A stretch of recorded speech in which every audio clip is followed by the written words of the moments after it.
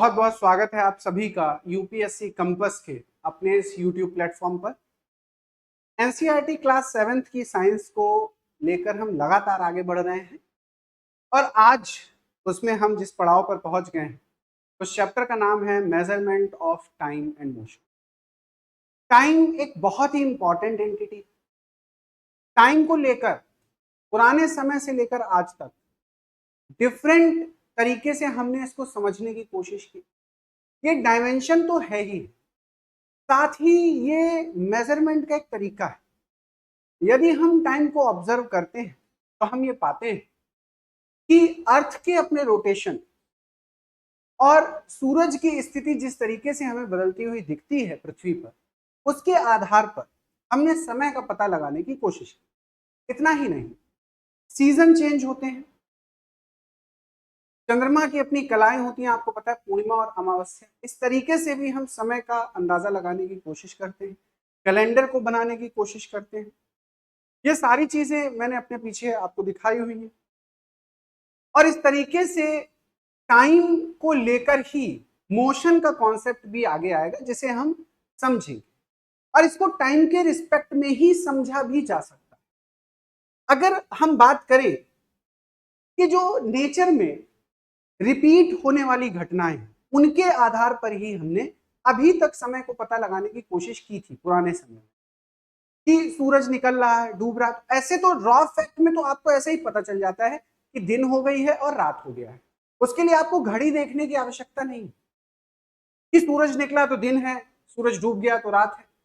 ऐसे डूबना और निकलना ही सही शब्द नहीं है वैज्ञानिक दृष्टिकोण से, फिर भी सामान्य भाषा में हम इन शब्दों का उपयोग करते रहते हैं, इन वर्ड्स का यूज हम करते हैं।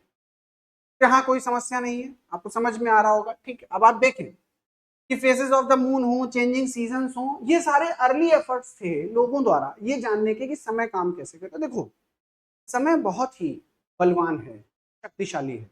समय खराब हो तो भगवान को भी फिर 14 साल जंगल में जाना पड़ता है। इसलिए समय के साथ तो खिलवाड़ करनी ही नहीं। बिल्कुल समय को पकड़ना पॉसिबल है ही नहीं। समय गुजरता है, पूरी तेजी से गुजरता है और उसमें ही हमें तय समय सीमा में अपने कार्यों को करना होता है। अगर आगे हम देखें तो अर्लियर डेज में, शुरुआती दिनों में, ये जो फिगर आप देख रहे हैं सन क्लॉक का, इसकी छाया से समय का पता लगाने की कोशिश की जाती थी। जयपुर राजस्थान की आप बात करेंगे तो वहां एक सम्राट यंत्र लगा हुआ है जो इसी तरीके की सन क्लॉक को दिखाता है और सूरज की अपनी गति के आधार पर जो परछाई बनती है उस जगह पर, उसके आधार पर समय को बताने का प्रयास किया जाता है। अब इसके मेजरमेंट में आप देख रहे हैं कि ये वर्ल्ड का सबसे बड़ा स्टोन सन डायल है, सम्राट यंत्र। 27 मीटर्स हाई है। शेडो इसकी मूव करती है 1 मिलीमीटर पर सेकंड के हिसाब से, 1 मिलीमीटर मूव करेगी 1 सेकंड। ठीक, और इस तरीके से हम टाइम इंटरवल्स को मापते हैं, मेजर करते हैं। लोकल या सोलर टाइम को मेजर करते हैं। अर्लियर रेफरेंस हमें इसके मिलते हैं कौटिल्य की अर्थशास्त्र में, वहां एंशिएंट टाइम में हमें इसके अर्लियर रेफरेंस देखने और सुनने को मिल जाते हैं। अगला तरीका है वाटर क्लॉक। इसमें वाटर के फ्लो को इस्तेमाल करके आप देख पा रहे होंगे कि किस तरीके से वाटर फ्लो कर रहा है। ये पेंडुलम ऊपर जाएगा, ये गियर शिफ्ट पैटर्न है और इस गियर शिफ्ट पैटर्न के बदलने से हम टाइम को मेजर कर रहे हैं, क्या टाइम को मेजर कर पा रहे हैं। इस तरीके से एक्यूरेसी का इशू था और इसमें फ्लो को लेके काफी एक्यूरेसी के इशू आने लगे वाटर क्लॉक्स में। आर ग्लास भी आया। आप देखते हैं इस तरीके से सैंड भरी रहती है और इसमें सैंड के पास होने से इस आर ग्लास में टाइम का पता लगाते थे। इसके अतिरिक्त अगर आप देखेंगे इस तरीके से कैंडल होती थी और कैंडल के जलने से जैसे जैसे वो जल रही है वैसे वैसे समय का पता लग रहा है। ये सारी चीजें एक्यूरेट नहीं थी, तो एक्यूरेसी के लिए पेंडुलम क्लॉक्स आए 19th सेंचुरी में और फिर टाइम के करेक्ट मेजरमेंट शुरू हुआ। गैलीलियो गैलीली के शुरुआती जो ऑसिलेशन को लेकर उनके अपने प्रयोग थे, उन प्रयोगों के आधार पर क्रिश्चियन ह्यूगेंस ने 1656 में पेंडुलम क्लॉक्स बनाई। 1657 में इन्होंने उसका पेटेंट भी ले लिया और पेंडुलम क्लॉक्स के आने के बाद से हमें समय की सही गणना होना शुरू हुआ कि समय सही से कैसे काम करता है। इसमें कई चीजें थी, वेट थे, गियर्स थे, स्प्रिंग थी, यहाँ सबसे इंपॉर्टेंट चीज थी पेंडुलम। तो अगर आप पेंडुलम को देखेंगे तो इसके की कॉन्सेप्ट क्या है। ये एक बॉब होता है और इस तरीके से अगर इसकी 3 पोजीशन हम डिफाइन कर दें तो फिर हम ऑसिलेटरी मोशन को समझेंगे कि ऑसिलेटिंग क्या होता है। देखो, मीन पोजीशन अगर पेंडुलम रेस्ट में है तो हमने ओ मान ली, एक्सट्रीम पोजीशन है इसकी ए और बी। अब हम अगर इसको एक साइड से पुल करके रिलीज कर दें तो ये बी तक जाएगा और वापस ओ तक जाएगा। ये जो ये मोशन है ये एक ऑसिलेशन होगा। अच्छा, ये पीरियोडिक मोशन है, ये खुद को दोहराता है, रिपीट करता है, और इसी रिपीटिशन से फिर समय का पता हम लगाते हैं।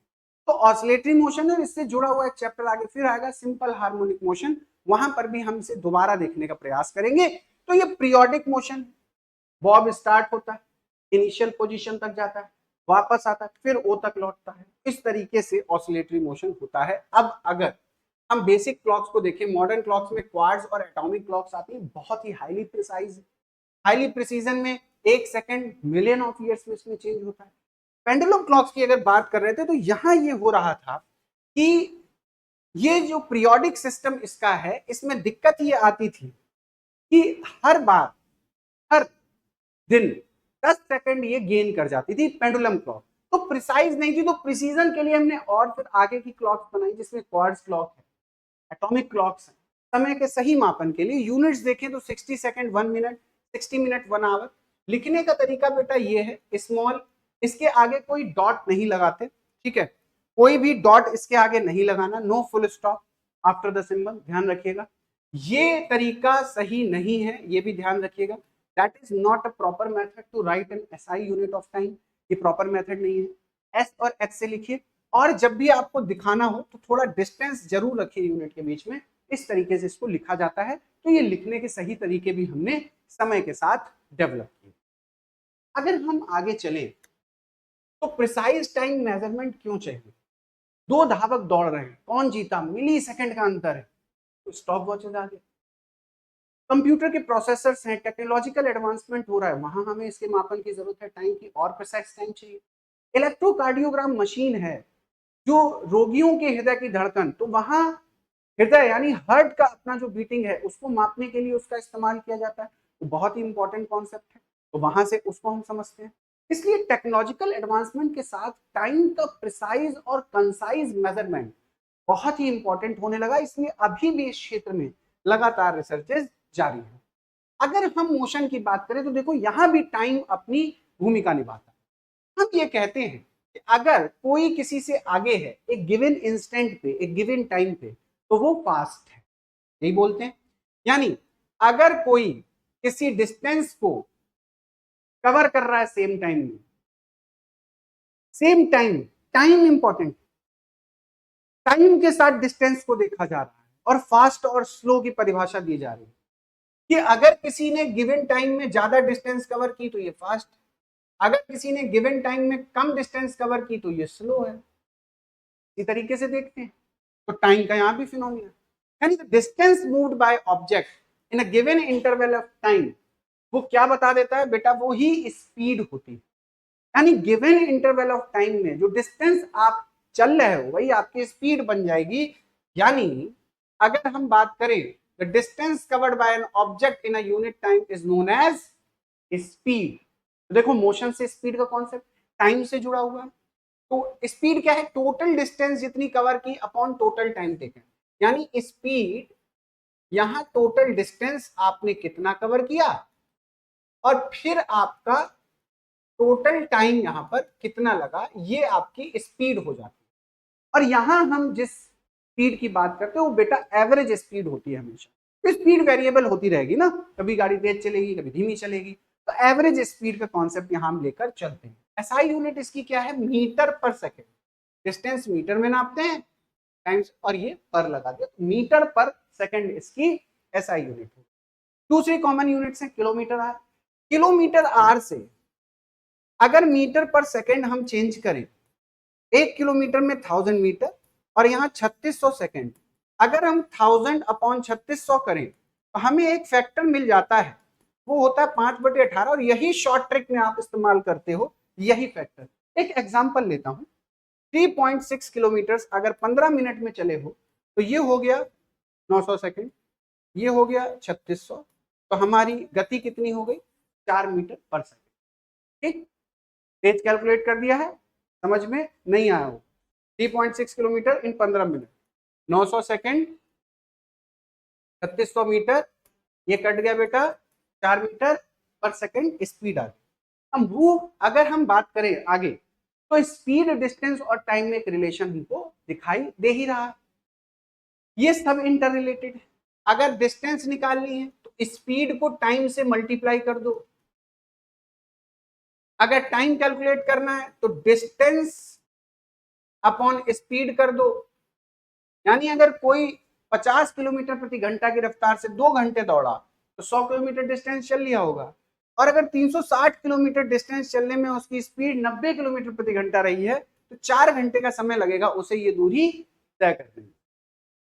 सिंपल सा कॉन्सेप्ट है, यही कॉन्सेप्ट आप अपने मैथ्स के सवाल में यूज करते हैं। अब आता है यूनिफॉर्म और non uniform linear motion. Linear motion का मतलब है सीधी एक दिशा में गति कर, टाइम को फिक्स कर, टाइम के इंटरवल को फिक्स कर। अब अगर एक ऑब्जेक्ट एक स्ट्रेट लाइन में चल रहा, कांस्टेंट स्पीड से चल रहा, ठीक, और वो इक्वल डिस्टेंस ट्रेवल कर रहा है, क्या कर रहा है, इक्वल डिस्टेंस, तो ये है यूनिफॉर्म लीनियर मोशन। ठीक, equal distance in equal interval of time, equal interval of time में इक्वल डिस्टेंस। अगर अनइक्वल डिस्टेंस हो जाए इक्वल इंटरवल ऑफ टाइम में, यानी टाइम इक्वल इंटरवल का रहे और डिस्टेंस अनइक्वल हो जाए, तो फिर हम इसे कहते हैं नॉन यूनिफॉर्म लीनियर मोशन। यानी डिस्टेंस भी इक्वल हो, टाइम का इंटरवल भी इक्वल हो तो यूनिफॉर्म, डिस्टेंस अनइक्वल हो जाए, टाइम का इंटरवल इक्वल रहे तो non uniform linear motion. Car city traffic में है, नॉन यूनिफॉर्म लीनियर मोशन। एक ट्रेन 20 किलोमीटर हर 10 मिनट में कवर कर रही है, यूनिफॉर्म लीनियर मोशन। ठीक है, गाड़ियों में आपने देखा होगा एक स्पीड बताने वाला यंत्र लगा रहता है जिसको हम स्पीडोमीटर कहते हैं। बेटा डिस्टेंस जो बताता है उसको हम ओडोमीटर कहते हैं। And this is the simple concept of time and motion. ये दोनों जुड़े हुए थे, इसीलिए साथ में थे। आज के इस क्लास में कंसाइज और प्रिसाइज वे में हमने टाइम और मोशन को समझा है। जल्दी से मैं अगले वीडियो में भी आपको मिलूंगा। चैनल पर नए हैं तो चैनल को सब्सक्राइब जरूर से कर लीजिएगा और एक थम्स अप भी दे दीजिएगा अगर आपको बात समझ में आई हो। कोई प्रॉब्लम हो बेटा कमेंट भी कर सकते हो। अगले वीडियो में जल्दी मिलते हैं।